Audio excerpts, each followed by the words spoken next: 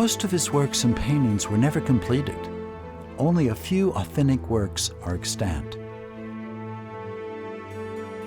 He lived in turbulent times in Italy, amid intrigues of court and church, but never fell out of favor. His manuscripts include thousands of pages of research, but the mystery surrounding him remains.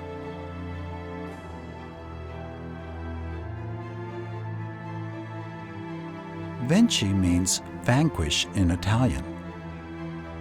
And Leonardo da Vinci, born out of wedlock in the town of Vinci, Florence, eventually became the artist who vanquished all the others, as in the poem.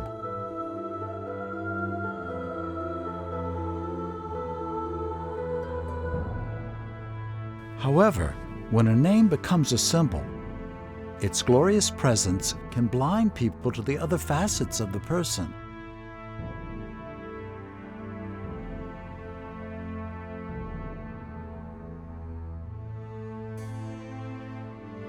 Da Vinci, known as a polymath and the quintessential Renaissance man, is said to have bought caged birds just to set them free.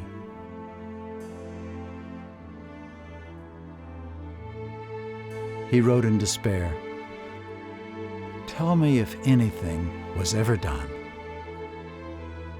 He would leave his books behind and study anatomy on real bodies, trying to find where the soul is located. As great as Da Vinci was, he had weaknesses, unfulfilled dreams, and moments of doubt. These confrontations do not seem worth mentioning, but it is in these moments that one's humanity is sharpened and one's brilliance shines.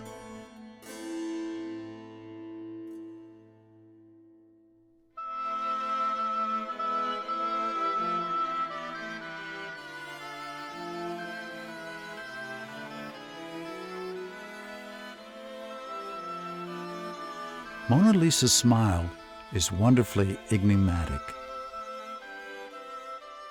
But more puzzling is why Da Vinci chose to paint a merchant's wife and spared no efforts to turn her into a timeless legend. Da Vinci's contemporary, the Chancellery official Agostino Vespucci, recorded that from October 1503, Da Vinci started to paint a lady, Lisa del Giocondo. At the beginning of the 16th century, people in portrait paintings were almost always rich or powerful. But since Da Vinci was extremely popular at that time, not every dignitary could have a portrait painted by him. Lisa was from an old aristocratic family, the Gherardini family that used to run several farms in Chianti, but later fell on hard times. At the age of 15, with a small dowry, Lisa married Francesco del Giocondo, a modestly successful cloth and silk merchant.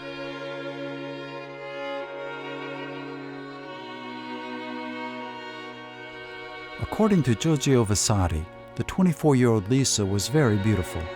In order to make her smile, Da Vinci hired musicians and comedians to entertain her. But the lady portrayed in the painting looks much older than 24 and can hardly be called beautiful.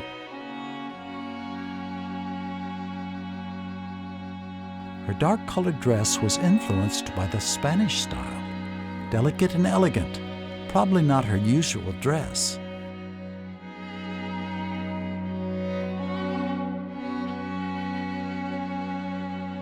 The painting, in an ambiguous mood, is both the misty landscapes in the distance and Mona Lisa's mysterious smile in the corners of her mouth. The undefinable atmosphere engrosses the viewer, and the smile is all that one can see.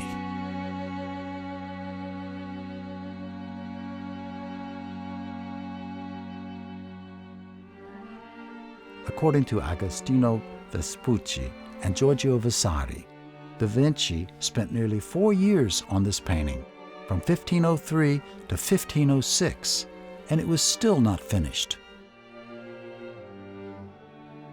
In 1516, the painting went to France with the artist. Even decades after the death of Da Vinci, in Vasari's 2 editions of the Lives of the Artists, this well-informed writer never changed the unfinished status of the painting.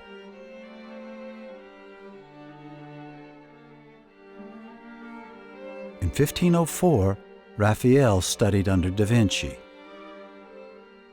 He painted a copy of the original Mona Lisa, with columns on both sides of her, and the lady looked younger.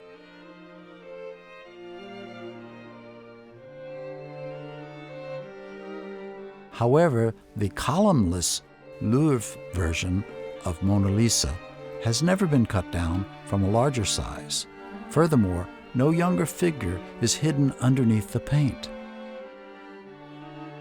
Such discrepancies and other proofs have led many critics to speculate that Da Vinci may have painted 2 Mona Lisa, just as he painted 2 Virgin of the Rocks.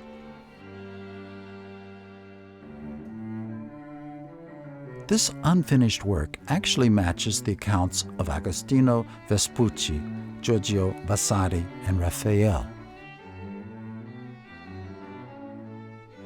In 1913, the English art collector Hugh Blaker discovered it in an aristocratic mansion and brought it back to his studio in Isleworth, London. Since then, it has been known as the Isleworth Mona Lisa.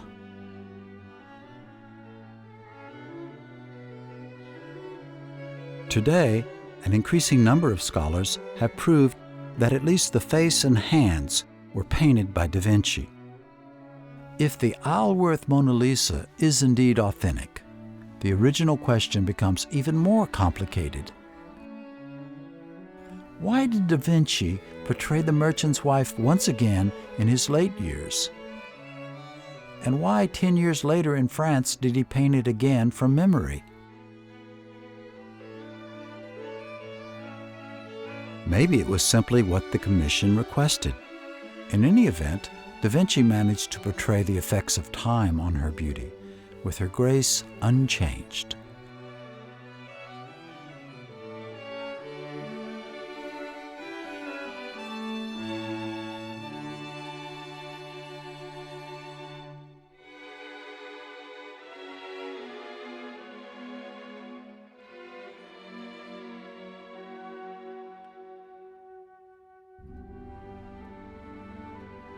Not long after Da Vinci first painted the Mona Lisa, he was also commissioned to depict the Battle of Anghiari on the east wall of the Salone di Cinquecento in Plaza Vecchio, honoring the victory of the Florentines in 1440. Meanwhile, Michelangelo was also commissioned to paint the west wall to commemorate another victory of Florence, the Battle of Cassina. Michelangelo, though 23 years younger than Da Vinci, had completed his best-known work, David, by 1504. The statue was eventually placed at the entrance to the Palazzo Vecchio, Florence's town hall. Before its position was decided, Da Vinci had hoped that the work would be placed under the Loggia dei Lanzi, but failed to convince a majority of the committee in charge. As a result, from 1504 to 1505, Michelangelo and Da Vinci would walk past the striking David to go to the Salone di Cinquecento and create frescoes in the same hall. This was the only side-by-side competition between the two Renaissance masters, though neither of them managed to complete his commission.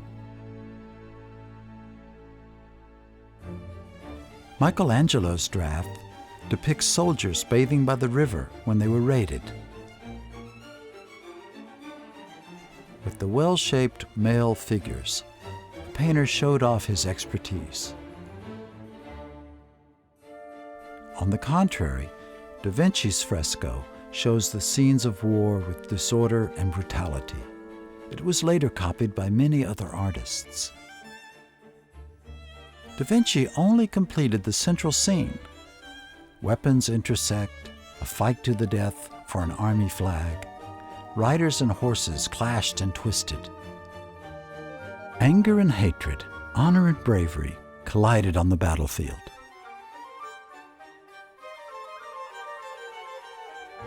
Each soldier was depicted with uniquely designed clothing and helmet. Bodies and muscles of humans and war horses were illustrated precisely, following rules of anatomy. However, the fresco of the Battle of Anghiari was ruined because of a new painting method that he tried out. Usually, frescoes were painted on wet lime plaster walls with alkaline-resistant pigments. Since it requires a painter to paint fast, the finished work usually lacks details and is difficult to change. Da Vinci took the risk and painted it with oil paint. He even added wax to the primer, hoping to achieve a more delicate treatment. However, by the time the central part was completed, the paint had already started to deteriorate. So he simply gave up the project.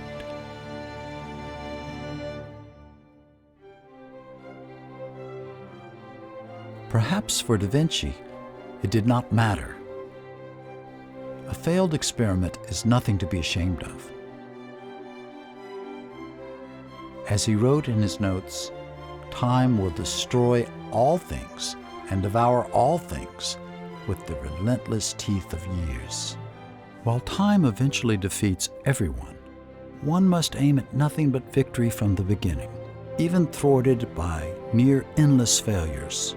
When one does win over time, however temporarily, that victory is cherished for eternity. In fighting against time, the artist competed with nature.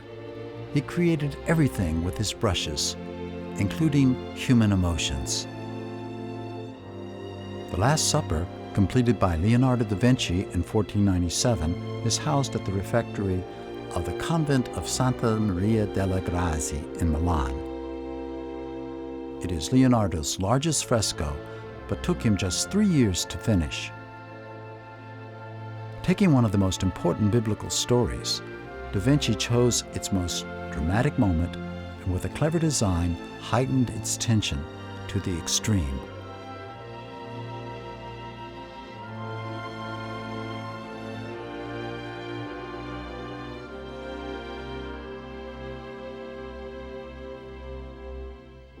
The 12 apostles were carefully arranged into 4 groups by the painter.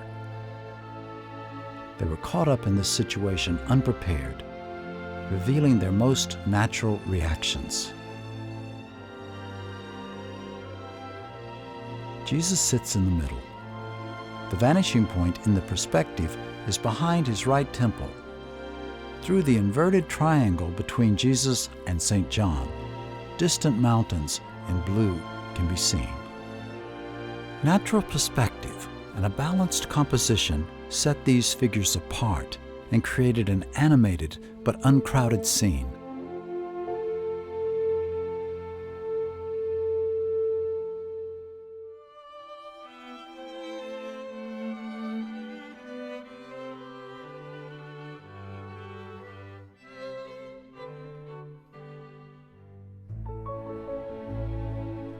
Before Da Vinci's first Milan period, he was an artist's apprentice in Florence for more than a decade. In 2019, a special exhibition, Verrocchio, Master of Leonardo, was held at Palazzo Strozzi. Da Vinci became an apprentice of Verrocchio at the age of 14, who undoubtedly served as a role model for the young Da Vinci.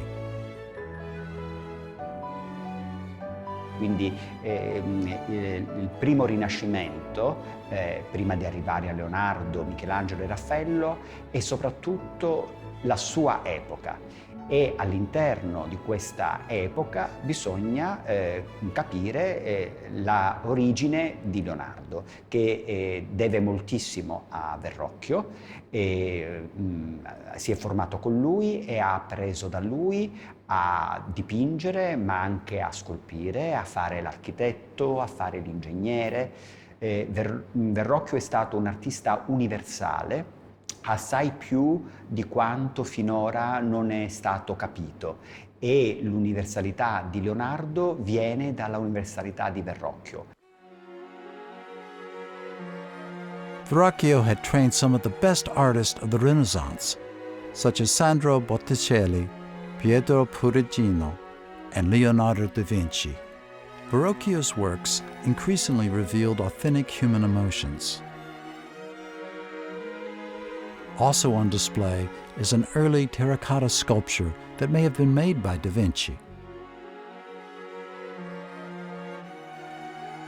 Leonardo quindi si è formato sicuramente come artista delle arti plastiche con Verrocchio, e noi sappiamo da Vasari che faceva delle terracotte. Addirittura Vasari dice delle terracotte di donne che sorridevano e di putti che sorridevano, esattamente come la Madonna di Londra che abbiamo qui in mostra. La Madonna di Londra è un'opera unica al mondo, sia nello stile che nella qualità, e non ha nessun rapporto con Antonio Rossellino, che è lo scultore a cui viene tradizionalmente attribuita. I rapporti sono estremamente generici, sono rapporti di cronologia, di contemporaneità, mentre nelle decine e decine di disegni di Leonardo e nei pochi famosi dipinti che abbiamo di lui si trovano numerosissimi confronti diretti con la Madonna di Londra.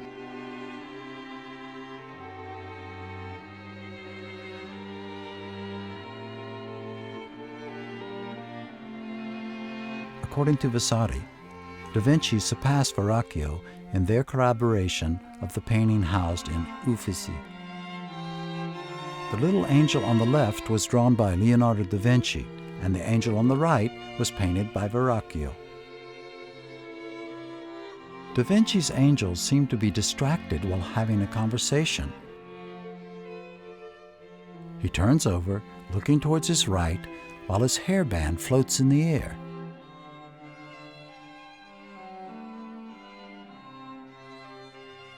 Two other early works of Da Vinci, housed in the Uffizi Gallery, herald the artist's later style.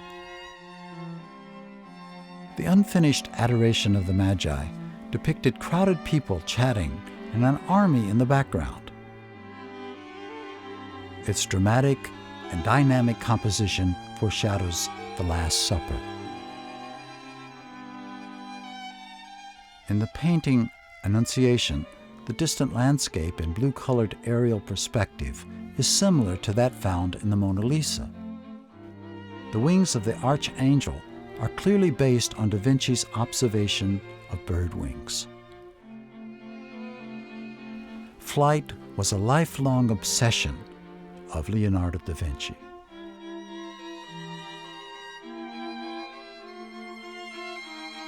Milan's Biblioteca Ambrosiana houses his largest set of notes, the 12-volume Codex Atlanticus. Leonardo the Polymath, who was actively involved in urban planning, science, mathematics, and music, made little mention of himself. However, in his notes, he wrote down incidents from his childhood. As I lay in my cradle, a kite flew down to me and opened my mouth with its tail. It seems to be my destiny. In Da Vinci's notes, designs of flying machines are abundant. They were not practical designs, but only the expressions of his own fertile imagination.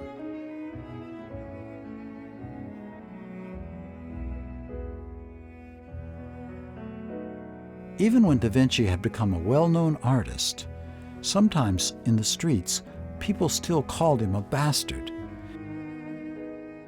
His father did not leave him any inheritance and never legitimized Da Vinci. Da Vinci never signed his name on his works.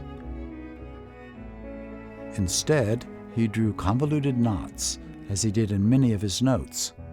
The word Vinci is similar with the Italian infinitive meaning to thread and knot, so some art historians have come to see that as a sort of signature by imagery.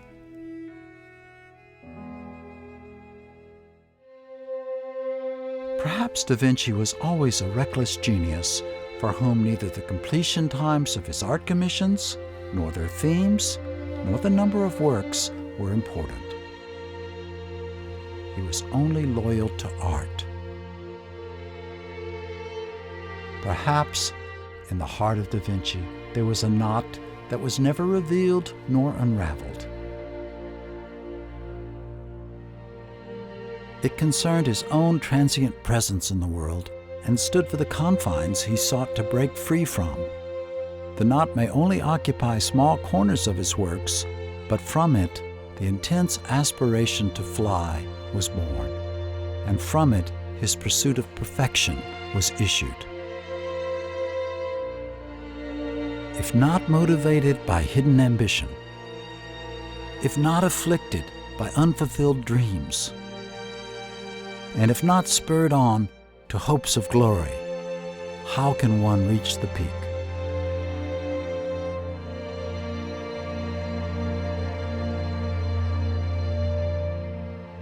It is not his fame, but his attitude of never compromising and his indomitable will that made people call him the Invincible da Vinci.